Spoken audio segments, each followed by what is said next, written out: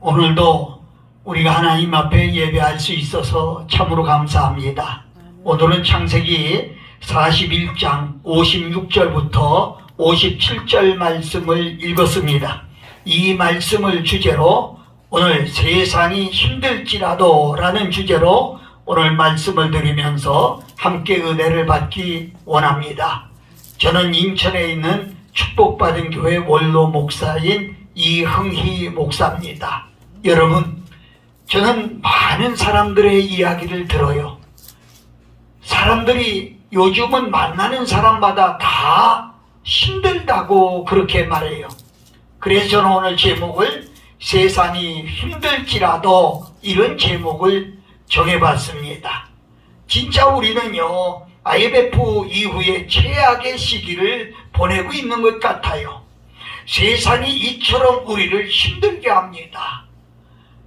각계각층 사람들 얘기가 모두가 힘들다고 그래요.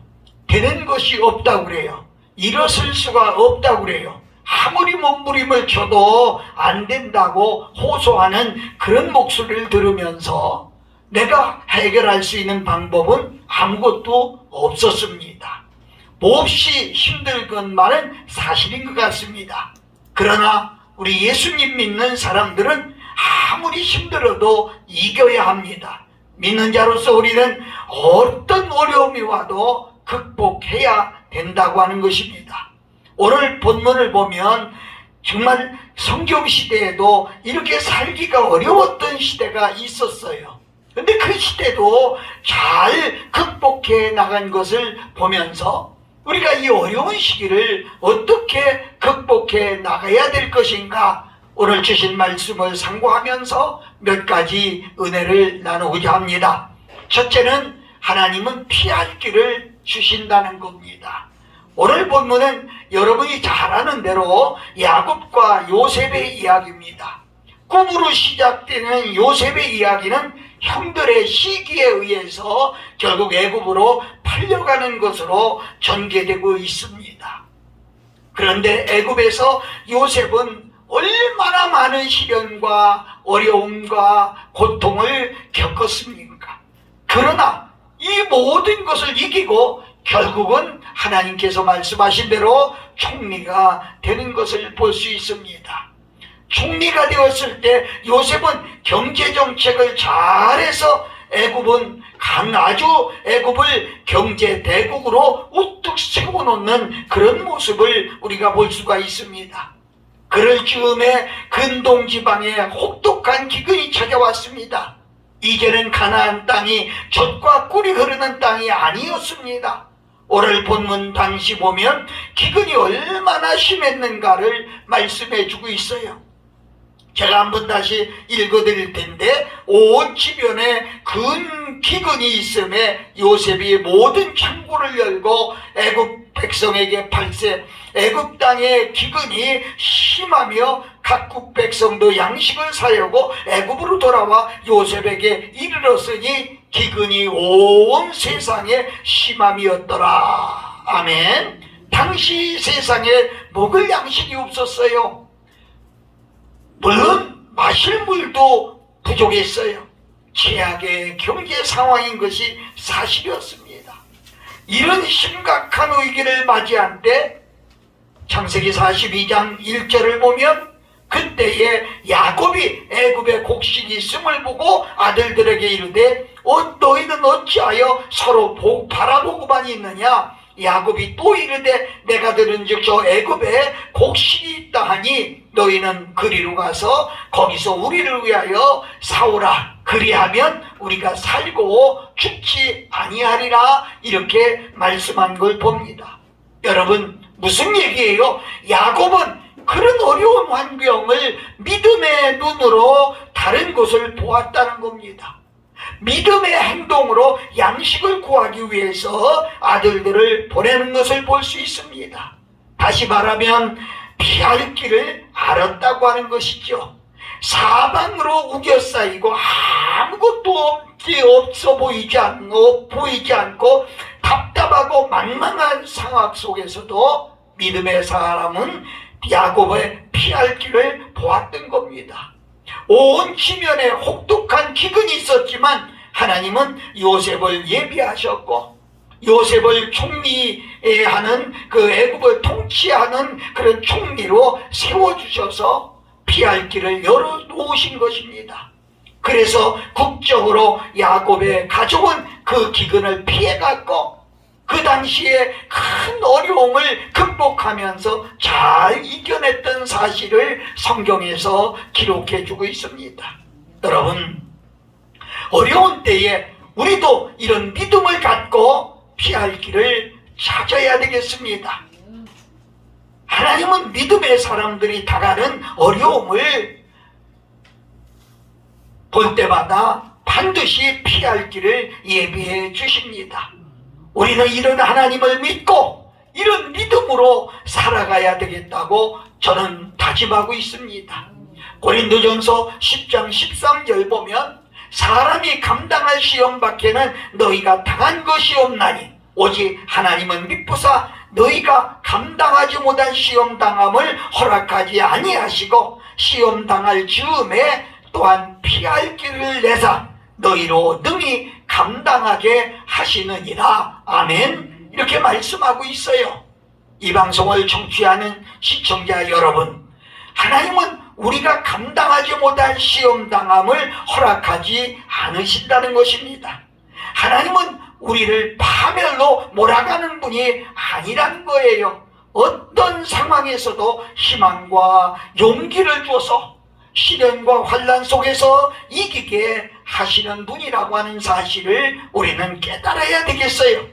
우리가 시험 당할 즈음에 반드시 피할 길을 주셨습니다. 그래서 능히 감당하게 하시는 겁니다. 그러니까 나나 여러분이 지금 당하는 모든 어려움은 극복할 수 있는 길이 있다는 거예요.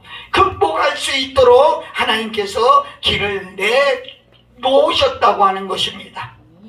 여러분, 세상이 아무리 힘들게 할지라도 이런 믿음을 가져야 합니다. 옛날 우리나라 속담에 그런 말이 있죠. 하늘이 묻어져도 솟아날 구멍이 있다. 이런 말이 있죠. 이게 무슨 말입니까? 이 말은 작은 말이지만 여기에 아주 소중한 의미가 있어요. 다시 말하면 솟아날이라고 하는 말은 소가 나올 것이라고 나올 수 있다고 하는 이 두 단어를 음운 변화를 일으킨 것으로 풀이합니다. 이 말을 한문으로 쓰면 천봉유출유혈이라 이렇게 말하는데 곧 하늘이 무너져도 소가 나올 구멍이 있다, 이런 뜻입니다. 우리나라 학자인 정야경 씨란 학자가 천봉유출로 정리했다고 합니다. 여러분, 우리가 아무리 힘들어도 분명 피할 길이 있습니다. 이겨낼 수 있는 길이 있습니다. 모든 여러분, 이렇게 어려움 속에서도 나와 여러분은 반드시 하나님이 길을 내주셨다는 사실을 기억하면서 극복하고 그 길로 나아갈 수 있는 우리의 삶이 되시기를 예수님 이름으로 축복합니다. 두 번째로, 시험하시기 위해서 고난을 주시는 겁니다. 신명기서 8장 2절을 보면 너를 시험하사 내 마음이 어떠한지 그 명령을 지키는지 아니 지키는지 알려 하심이라, 이렇게 말씀하셨어요. 하나님께서는 이스라엘 백성을 시험하시기 위해서 광야의 길을 걷게 하셨습니다. 여러분, 고난은 하나님의 시험이요 고난은 하나님의 저울이라고 하는 그런 말이 있습니다. 그리스도의 고난을 받게 되면 보면 두 가지 현상을 나타내고 있어요. 제가 목회를 쭉 하며 우리 성도들을 보면 고난이 왔을 때 두 가지 현상이 나타나는데, 하나는 고난당했을 때 온 성도들이 자기의 고난을 가슴에 안고 하나님 앞에 정말 간절히 가까이 와서 부르짖는 사람이 있어요. 또 하나는 고난당했을 때 자포자기하고 원망과 불평 속에서 사는 사람도 있어요. 여러분, 우리는 고난당했을 때 하나님 앞에 범죄하지 않고 정말 하나님 앞에 바르게 살아야 하겠습니다. 성경을 보면 욥기서라고 하는 성경에 욥은 하나님의 시험 속에서도 그 마음이 범죄하지 않고 신앙을 잘 지킴으로 마지막에 갑절의 축복을 받았습니다. 하나님이 주시는 시험은 망하게 하려고 하는 것이 아니라는 거예요. 우리를 더욱 강하게, 그리고 우리를 더 흥하게, 그리고 우리를 더 세게 만들게 주는 그런 축복의 열쇠다, 이렇게 말씀할 수가 있어요. 사람의 마음은요, 평상시에는 잘 모르는데 고난을 받게 되면 너무나 잘 나타납니다. 그래서 하나님께서 이스라엘 백성들의 광야 생활을 통해서 그들의 마음을 하나님이 살펴보시기를 원했던 것입니다. 여러분, 그런데 이스라엘 백성들은 어땠습니까? 조금만 어려우면 불평과 불만이 가득했습니다. 그들의 마음이 하나님을 사랑하거나 하나님을 의지하려고 하는 마음이 아니라 겉뜻하면 우상을 만들고 겉뜻하면 불평하고 자증하는 모습을 볼 수가 있었습니다. 비록 우리가 고난 가운데 있다 할지라도 하나님의 뜻 가운데 있다고 하면 그 고난은 어렵지 않은 것이고 또 하나님의 길로 가는 것입니다. 빌립보 4장 6절 7절에 이런 말씀이 있잖아요. 아무것도 염려하지 말고 기도와 간구로 너희 하나님께 감사하라, 이렇게 말씀합니다. 우리는 환난 중에서도 감사하고 환난 중에서도 기뻐해야 된다는 거예요. 더욱 하나님께 감사하는 마음으로 고난을 참고 이겨내면 욥의 마지막에 축복을 받은 것처럼 우리에게 갑절의 축복을 주신다는 사실입니다.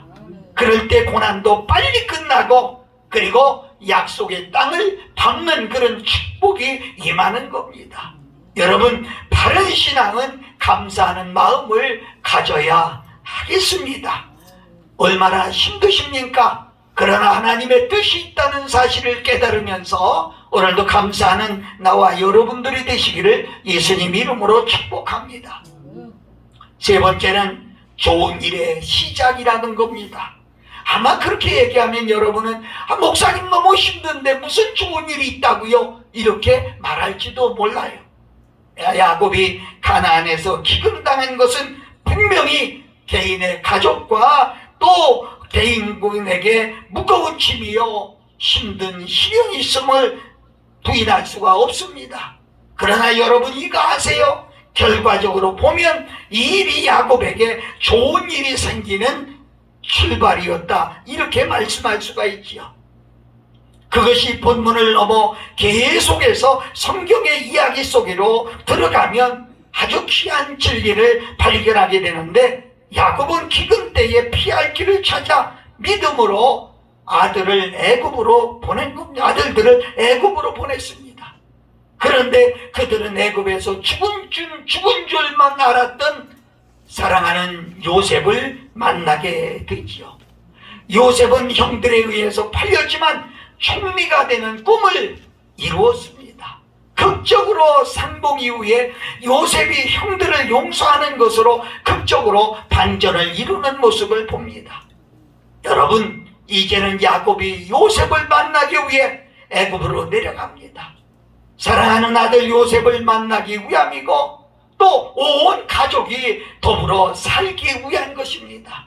여러분, 야곱에게 요셉은 어떤 아들입니까? 지극히 사랑하는 아내 나엘의 아들입니다. 뿐만 아니라 나엘이 요셉을 낳을 때 얼마나 고통스러워했어요. 그리고 결국 이 나엘은 죽고 마는 것을 보지요. 그 뒤에 야곱은 이 아들을 너무너무 사랑했습니다. 그래서 밖에 내보내지 않고 항상 아버지 앞에 있게 했고 그에게 채색 옷을 입히고 늘 아버지 옆에서 있게 했습니다. 여러분, 물론 그것 때문에 형들의 미움과 시기를 받은 것은 사실입니다. 야곱에 있어서는 너무나 소중한 아들이죠. 그런데 여러분, 이 아들이 죽은 줄만 알았는데 살았다고 하는 그 소식을 들었을 때 아버지의 마음은 어땠을까요? 여러분, 요셉이 살았다고 하는 소식을 접했을 때 얼마나 기뻤을까요? 여러분, 단숨에 애굽으로 내려갈 수밖에 없었습니다.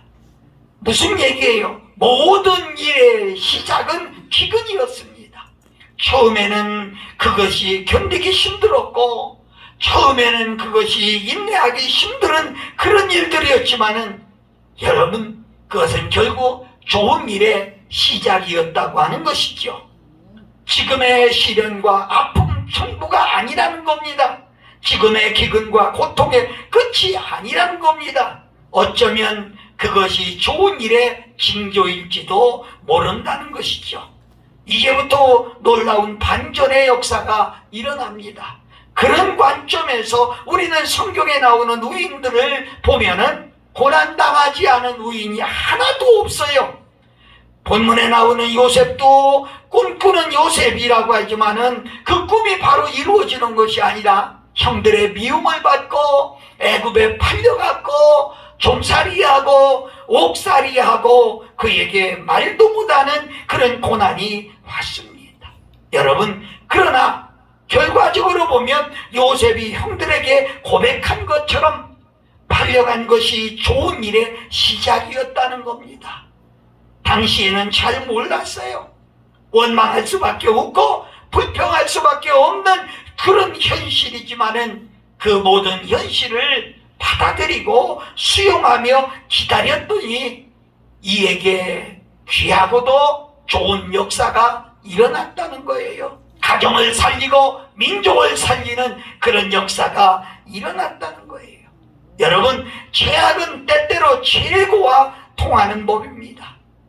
우리나라 말에 그런 말이 있어요. 전화위복이란 말이 있죠. 무슨 말입니까? 재앙과 환난이 오히려 복이 된다고 하는 그런 말을 하고 있습니다. 우리 삶에는 그런 일이 너무나 많이 생기고 있어요. 처음에는 시련이지만 마지막은 축복이 됩니다. 전화위복은 가장 성경적인 단어입니다. 지금은 힘들어도 여러분, 좋은 일이 분명히 일어날 줄로 믿습니다. 이 방송을 청취하는 사랑하는 여러분, 여러분 가정에 어려움이 있습니까? 직장에 어려움이 있습니까? 여러분 자신의 어려움이 있습니까? 그런데 이 일은 여러분 좋은 일의 시작일지도 모른다는 겁니다. 인내하면서 하나님의 뜻을 기다리며 참아가는, 그래서 좋은 일이 있는 나와 여러분들이 되시기를 예수님 이름으로 축복합니다. 마지막으로 하나님의 뜻을 이룹니다. 우리가 분명히 알아야 될 것이요, 오늘 이야기의 첫째는 기근으로 시작해서 좋은 일로 결말이 났다는 사실입니다. 그러나 여러분 잘 들어보세요. 그것으로 그치지 않습니다. 본문의 결국은 하나님의 뜻을 이루는 것으로 끝을 맺는 것입니다. 하나님의 뜻은, 하나님은 뜻을 세우면 반드시 이루시는 분이지요. 하나님의 뜻은 그의 생각대로 되는 것입니다. 결국은 야곱과 요셉의 이야기로 이런 맥락으로 이해해서는 해야 된다고 하는 거예요. 분명 시작은 기근입니다. 그리고 야곱이 요셉을 만나는 것으로 끝나는 것처럼 보입니다. 그러나 그것은 인간 편에서, 우리 육신적인 마음에서 얻은 결론이고요. 더 넓게, 더 크게 보면 하나님의 뜻을 이루는 것입니다. 기근을 피하기 위하여 야곱의 가정은 애굽으로 내려갑니다. 거기서 잠시 머물다가 돌아올 생각으로 내려갔지만, 그러나 야곱과 또 요셉도 애굽에서 결국 죽고 형제들도 다 죽습니다. 그런데 그 기간이 얼마인 줄 아세요? 400년의 세월이 흘러갔습니다. 아무도 이렇게 긴 세월을 예상하지 못했어요. 그러나 하나님의 시간이 흐른 뒤 성경의 이야기는 드디어 출애굽의 역사로 펼쳐지는 사실을 우리는 볼 수가 있습니다. 출애굽은 단순히 민족의 대이동과 가나안의 입성만으로 알려지지 않습니다. 성경의 역사와 그 중심에서 출애굽은 가장 분명한 하나님의 뜻을 알려주는 그런 말씀이라고 봅니다. 중요한 것은 모든 출발이 바로 기근이었어요. 가나안의 기근을 시작으로 그것이 결국은 좋은 일로 끝났고, 그 좋은 일로 끝나는 것은 결국 하나님의 뜻이 완성되는 것을 성경은 우리에게 가르쳐주고 있습니다. 결국 하나님의 뜻은 이루어집니다. 하나님의 계획은 이루어집니다. 신실하신 하나님 한 번도 이루지 못한 것이 없다는 사실을 우리는 믿음으로 받아야 됩니다. 우리는 우리에게 일어나는 모든 일을 하나님의 뜻으로 보는 믿음의 안목이 필요합니다. 그것이 좋은 것이든 설령 힘든 일이든지 크게 보면 모두가 하나님의 섭리와 계획이 계시다고 하는 것이지요. 특히 고통과 시련 속에서 하나님의 선명한 뜻을 보는 사람은 지금도 낙심하지 아니한다는 겁니다. 아무리 성경을 보고 또 보아도 고통이 믿는 자를 비껴가는 경우는 없습니다. 인간 삶에 고통이 있고 믿는 자도 예외가 아니라는 사실이지요. 그러나 분명한 것은 고통 속에도 하나님의 뜻이 있다는 것입니다. 그 속에는 우리를 다루시는, 우리를 만드시는 하나님의 손길이 있습니다. 그래서 고통과 위기가 오면 세상을 극복하려고 발부둥치는 그런 저 세상 사람들과 다르게 우리는 하나님의 선명한 뜻을 찾아야 되겠습니다. 그러므로 어려움에 어떤 하나님의 뜻이 있을까? 다 헤아릴 수 없지만 분명한 것 하나가 있습니다. 성경은 이렇게 말씀해주고 있어요. 시편 119편 71절을 보면 고난당한 것이 내게 유익이라 이로 말미암아 내가 주의 윤례를 배우게 되었나이다. 이렇게 말씀해요. 어려움을 당하는 것이 결코 무익한 것만은 아니라는 거예요. 어려움이 있다고 해도 다 버릴 것만은 아니라는 거예요. 분명 고난이 유익이 있습니다. 어떤 유익인가요? 주의 윤례를 배우게 되는 그런 유익이 있다는 것입니다. 고난을 당하지 않으면 알지 못하는 하나님, 아픔이 없으면 찾지 않는 예배, 시련이 없으면 생각하지 않는 교회가 있다는 것입니다. 여러분, 지금 얼마나 힘든 때입니까? 그러나 이 힘든 때를 잘 넘기시면 우리 민족에게, 우리 가정에게, 사랑하는 교회들에게, 여러분에게 좋은 일이 있다는 것을 우리는 믿어야 합니다. 일본의 작가 중에 미우라 아야코라고 하는 사람이 있어요. 아마 여러분은 책을 읽었는지 몰라도 핑점이라고 하는 소설로 유명한 사람이 있습니다. 그는 평생 육체의 고통 속에서 눈물과 통곡으로 하나님을 찾으며 살아간 사람입니다. 그녀가 이런 고백을 했습니다. 아픔이 아니면 하지 못할 기도가 있다. 아프지 않으면 믿지 못할 기적이 있다. 아프지 않으면 접근하지 못할 성소가 있다. 아프지 않으면 나는 인간일 수도 없다. 이런 고백을 했어요. 지금 힘들고 어려울 때, 눈물 나고 서러울 때 우리가 해야 할 일은 분명히 하나 있습니다. 이제 우리는 하나님을 찾아야 합니다. 하나님의 이름을 불러야 합니다. 더 많이 하나님을 의지하고 전능하신 하나님께 도움을 요청해야 됩니다. 모든 교만을 버리고 겸손히 주님 앞에 엎드려야 됩니다. 아프지 않으면 나는 인간일 수도 없습니다. 아프지 않으면 참 인간이 되어갈 수도 없다는 겁니다. 하나님을 알아가고 의지하는 법을 배우고 또 믿음 안에서 바르게 사는 길을 찾아가야 합니다. 이것이야말로 지금 우리에게 주는 이 시련이 가장 큰 유익이 될 수 있다는 것입니다.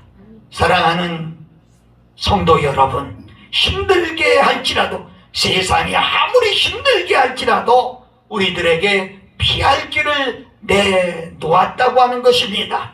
그런 말이 있지요.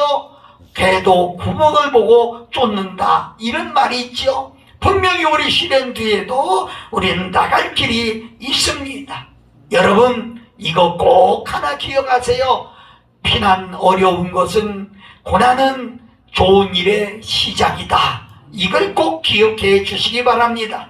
이제 우리는 더 많이 하나님을 찾고 더 많이 하나님을 의지하며 이 풍랑 인연하여서 더 빨리 소원의 항구로 나가시는 우리 모두가 되시기를 예수 그리스도의 이름으로 축복합니다. 우리 찬양 하나 하고 기도하겠습니다.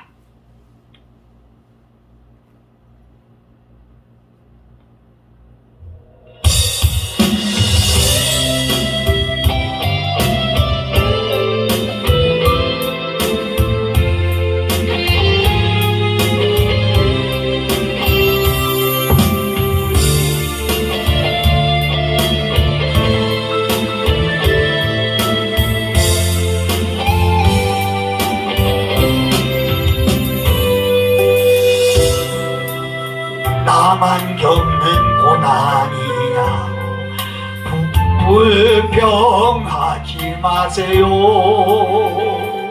고난이 네 편에 있는 주님이 주실 축복 미리 보면서 감사하세요.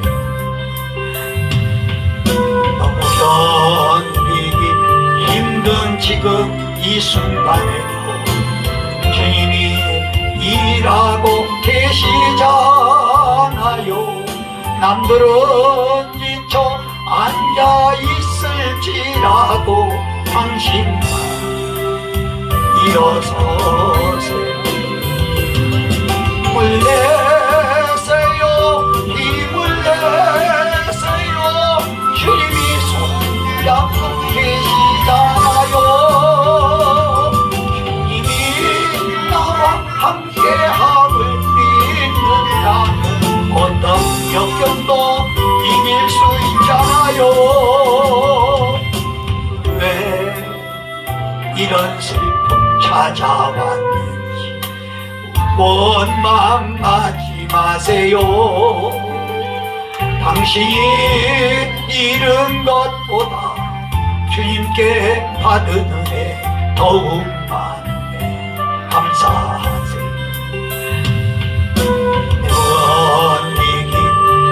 힘든 지금 이 순간에도 주님이 일하고 계시잖아요. 남들은 지쳐 앉아 있을지라도 당신만 일어서세요.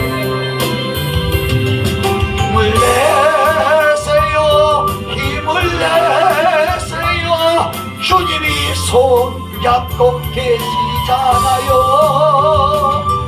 이미 나와 함께함을 믿는다면 어떤 영광도 견딜 수 있잖아요. 아멘.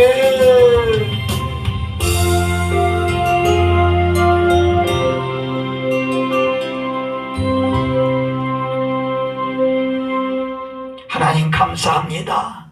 이 방송을 청취하는 모든 분들, 그리고 이 나라의 민족들, 세상이 이렇게 힘든다고 합니다.